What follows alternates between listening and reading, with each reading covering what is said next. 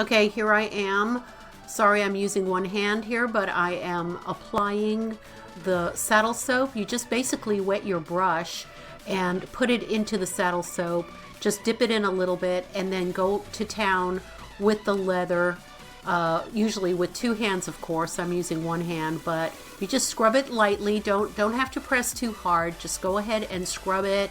Scrub all around. Make sure you get all the little nooks and crannies. The horse. And then once you have that done, I just do it one section at a time, and I go ahead and take a damp. This is a microfiber cloth, and go ahead and wipe it off gently after putting the saddle soap on it. And again, you want to get into all the nooks and crannies. There you go. You can see me doing the same thing, same procedure on all the sides.